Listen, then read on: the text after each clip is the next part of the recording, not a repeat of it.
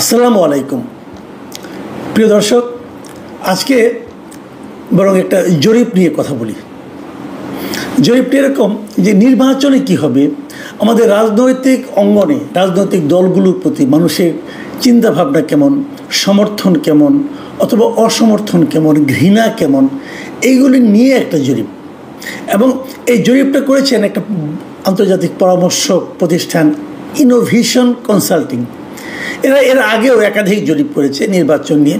সেই জরিপগুলো নিয়ে কিছু কিছু ক্ষেত্রে মানুষ কৌতূহল নিয়ে তাকিয়েছে, নতুন নতুন ইনফরমেশন পেয়েছে এবং মানুষের চিন্তার যে ধারাটা কোন দিকে যাচ্ছে বোঝার চেষ্টা করেছে।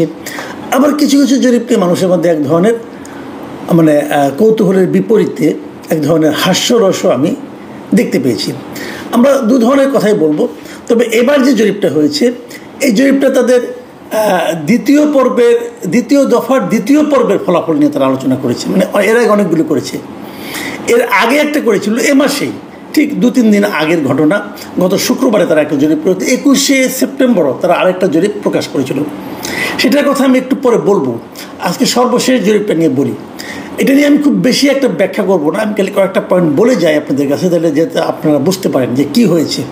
এটা সেপ্টেম্বর মাসের 2 তারিখ থেকে 15 তারিখ পর্যন্ত দেশের প্রায় 10,413 জন ভোটার, বিভিন্ন বয়সী ভোটারের উপর তারা প্রশ্ন করেছিল, নানা রকম প্রশ্ন করেছিল, তার উপর ভিত্তি করে তারা এটা করেছে। এবং এই যে 10,413 এরা সবাই কিন্তু 18 বছরের বেশি বয়স্ক। এখানে গ্রামের লোক ছিল, মানে ঢাকার বাইরের লোক ছিল, আবার ঢাকার লোকও ছিল। একটা ব্যালেন্স তারা করেছে। ওই স্যাম্পলিংটা খুব ভালো হয়েছে, আমি স্যাম্পলিংটাকে ভালোই বলবো।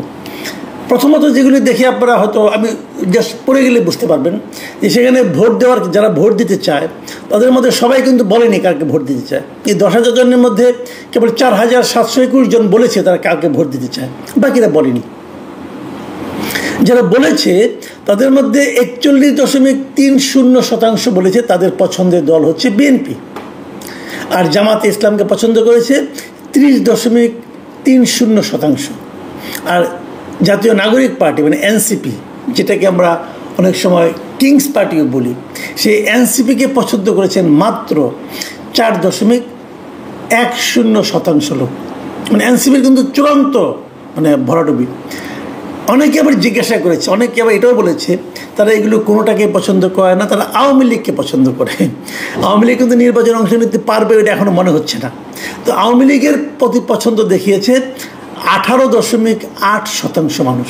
এটা কিন্তু একটা খুবই লক্ষণীয় একটা প্রবণতা, যে দলটা নাই, যে দলটাকে সমর্থন করলে আপনার নানা রকম হেনস্থার শিকার আপনি হতে পারেন, সেই দলের প্রতি এত প্রতিকূলতার মধ্যেও সেই দলের প্রতি 18% মানুষ তারা আওয়ামী লীগকে বলেছে তারা থাকলে আমরা তাদেরকে ভোট দেব। খুবই ইন্টারেস্টিং কিন্তু। তাহলে আওয়ামী লীগকে কি নির্বাচন করতে দেওয়া উচিত, এটাও প্রশ্নের মধ্যে ছিল।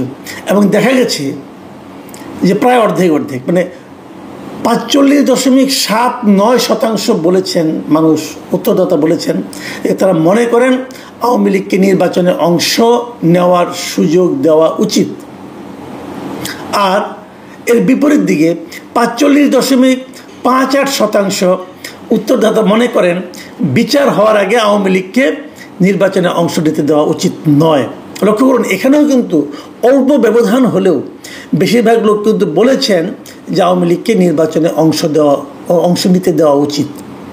এবং ধীরে ধীরে, এবং ইন্টারেস্টিং কি জানেন, আর একটা কথা বলি যে তারা তো এর আগে গত 6 মাস আগে তারা করেছিল মার্চ মাসে, তখন তারা বলছে যে ওই সময় আওয়ামী লীগের প্রতি যে সমর্থন ছিল বর্তমানে তার সমর্থন আগের তুলনায় বেড়েছে। এটাও কিন্তু জরিপের একটা ইন্টারেস্টিং ফিচার। লোকে এখন আবার আওয়ামী লীগের প্রতি তাদের সমর্থন বাড়ছে এবং জামাত এবং বিএনপির প্রতি সামান্য কিছু কমেছে। এবং তারা দেখেছে যে বিভাগ ওয়াইজ এক একটা বিভাগে এক এক ধরনের প্রবণতা। যেমন বিএনপি 6টা বিভাগে এগিয়ে আছে, জামাত এগিয়ে আছে রংপুর বিভাগে, এবং আওয়ামী লীগ এগিয়ে আছে বরিশাল বিভাগে। এই যে ফিগারগুলি কিন্তু খুবই ইন্টারেস্টিং। ইন্টারেস্টিং কি আপনি এই ফিগারগুলোকে দেখেন, ফিগারটা যেমন তোমার যে টেন্ডেন্সিটা, যে মানুষ আসলে কি চাচ্ছে এখন এই মুহূর্তে, এটা দেখে কিন্তু আপনারা অনেকগুলো সিদ্ধান্তে উপনীত হতে পারবেন এবং ধারণাও নিতে পারবেন। আমার কাছে যে জিনিসটা সবচেয়ে গুরুত্বপূর্ণ মনে হয়েছে সেই জিনিসটা হলো ওনাদেরকে জিজ্ঞাসা করা হয়েছিল আপনার নির্বাচনে অংশ নেওয়ার সময় ভোট দেওয়ার সময় কী কী বিবেচনা করেন, মার্কা নাকি ওই প্রার্থীর যোগ্যতা নাকি প্রার্থীর উন্নয়ন কর্মকাণ্ড, এগুলো নানা কিছু। এবং এখানে একটা ইন্টারেস্টিং ইনফরমেশন আমি দিই আপনাদেরকে, মানুষ স্থানীয়ভাবে জামায়াতের কার্যক্রম নিয়ে বেশি সন্তুষ্ট। মানুষ ভোটাররা যে উত্তরদাতারা বলেছেন যে জামাতে ইসলাম বিভিন্ন এলাকায় যে সমস্ত কার্যক্রম করছেন তার এলাকার ভোটাররা কিন্তু জামায়াতের কর্মকাণ্ড নিয়ে হ্যাপি, এবং তারা আবার আওয়ামী লীগের কর্মকাণ্ড নিয়ে কিন্তু খুবই আনহ্যাপি। এটাও একটা ইন্টারেস্টিং ব্যাপার। আর আমার কাছে যেটা সবচেয়ে ইন্টারেস্টিং এবং সবচেয়ে গুরুত্বপূর্ণ আমি বলবো যে এই চেঞ্জটা আমরা আগে কখনো দেখিনি, সেই ইন্টারেস্টিং টেন্ডেন্সিটা হলো তরুণদের মধ্যে, মানে জেনজি যাদেরকে আমরা বলি, এই জেনজি বলেন অথবা এই যে কম বয়সী যাদের বয়স 25-26-এর মধ্যে আছে আর কি, এই বয়সী তরুণদের মধ্যে এবং নারীদের মধ্যে জনপ্রিয়তায় এগিয়ে আছে জামাতে ইসলাম। এবং এই যে টেন্ডেন্সিটা, এটা কিন্তু আমি মনে করি খুব ইন্টারেস্টিং। এখন আমি শেষ করবো, আর বেশি বলবো না। আমি গেলে পুরনো একটা কথা বলি, আজ থেকে 2 দিন আগের কথা, যে 21শে সেপ্টেম্বর যে জরিপটা হয়েছিল, এটা হলো এই দ্বিতীয় দফার প্রথম পর্ব, যে প্রথম রাউন্ডের জরিপ ছিল। সেখানে আপনারা সবাই নিশ্চয়ই হেডলাইনে দেখেছেন এবং এই হেডলাইন দেখে অনেকে হেসেছেন। সেই জরিপটা ছিল যে ওখানে বলা হয়েছিল যে 78% বেশি মানুষ অন্তর্বর্তী সরকারের কার্যক্রমে সন্তুষ্ট। এই ইনোভেশনের জরিপ ছিল এটাও, এদেরই আগের মানে একটা পর্ব আর কি। এবং সেখানে বলা হয়েছিল যে মানে ভালো এই অন্তর্বর্তীকালীন সরকারের কার্যক্রমকে ভালো বলেছে 39.5% মানুষ, এবং মোটামুটি ভালো বলেছেন 39.2% মানুষ। যদি যোগ করি আমরা তাহলে হয়ে যায় 78.7% মানুষ। মানে 78.7% মানুষের কাছে এই অন্তর্বর্তীকালীন সরকারের পারফরমেন্সকে ভালো মনে হয়েছে। এটাও ইন্টারেস্টিং। তো ওই অনুষ্ঠানে দেখলাম আবার প্রধান উপদেষ্টা যিনি প্রেস সেক্রেটারি ছিলেন শফিকুল আলম সাহেব, তিনি বেশ গর্বের সঙ্গে ওখানে বসে ওই অনুষ্ঠানের বক্তব্য দিয়েছেন এবং তার সরকার ভালো করছে বলে মানুষ বলছে সেটা উনি বিশ্বাস করেছেন এবং সবাইকে ওনার কথা বলেছেন। তো এটা দেখে ওই সময়ে আমার মধ্যে একটু কৌতূহল হয়েছিল যে আসলেই কি মানুষ এরকম ভাবে। তো আমি নিজেও তো একটা জরিপ করতে পারি, আমারও তো একটা প্ল্যাটফর্ম আছে, তাই না? ওনারা 10,000 লোককে নিয়েছে, আমি দেখি কত লোককে পাওয়া যায়। তো 3 দিন আগে 21 তারিখে ওই দিনই আমিও একটা জরিপের ব্যবস্থা করেছিলাম। আমার প্রশ্নটা ছিল যে ডক্টর ইউনূসের নেতৃত্বাধীন বর্তমান অন্তর্বর্তীকালীন সরকারের কার্যক্রমে আপনি কতটুকু সন্তুষ্ট, এই ছিল প্রশ্ন। আর এখানে অপশন ছিল অনেক সন্তুষ্ট, মানে ওইটা যেটা নাকি ওনারা অনেক ভালো, কিছু কিছু ভালো, মোটামুটি ভালো, ওই দুটার মধ্যে আপনি ধরতে পারেন। এখানে অনেক সন্তুষ্ট, আরেকটা ছিল কিছু সন্তুষ্ট কিছু অসন্তুষ্ট, আরেকটা অপশন ছিল খুবই অসন্তুষ্ট, আরেকটা অপশন ছিল জানিনা। এখন রেজাল্ট আমি কী পেয়েছি, এই 3 দিনে আমার এখানে ভোট পড়েছে 58,000 লোক মতামত দিয়েছে। সেখানে অনেক সন্তুষ্ট বলেছেন 11% লোক, কিছু সন্তুষ্ট কিছু অসন্তুষ্ট বলেছেন 19% লোক, খুবই অসন্তুষ্ট বলেছেন 67% লোক, এবং জানি না বলেছেন 3% লোক।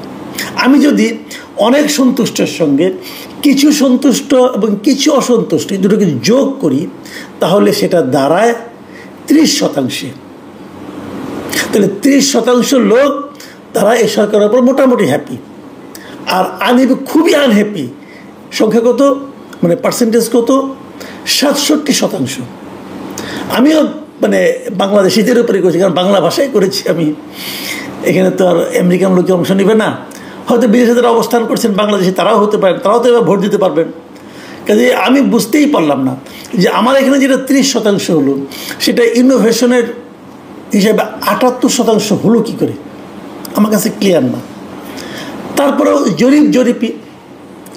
জরিপের উপর আস্থা রাখা নিরাপদ না।